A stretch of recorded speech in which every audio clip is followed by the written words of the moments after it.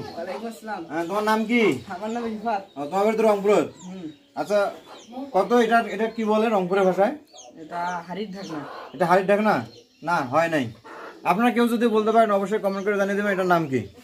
আরেকজন ধরি, এখানে একজন মুরব্বী লোক বসে আছে। আসসালামু আলাইকুম। ওয়ালাইকুম আসসালাম। আপনার নাম কি? আমার নাম তো মনসুর আলী। মনসুর আলী। আপনার কি জানি খান খালি খালি। আচ্ছা আপনি কোন তো এটা রংপুরের ভাষায় কি কয়? এটা তো ভাই সারোয়া সারোয়া।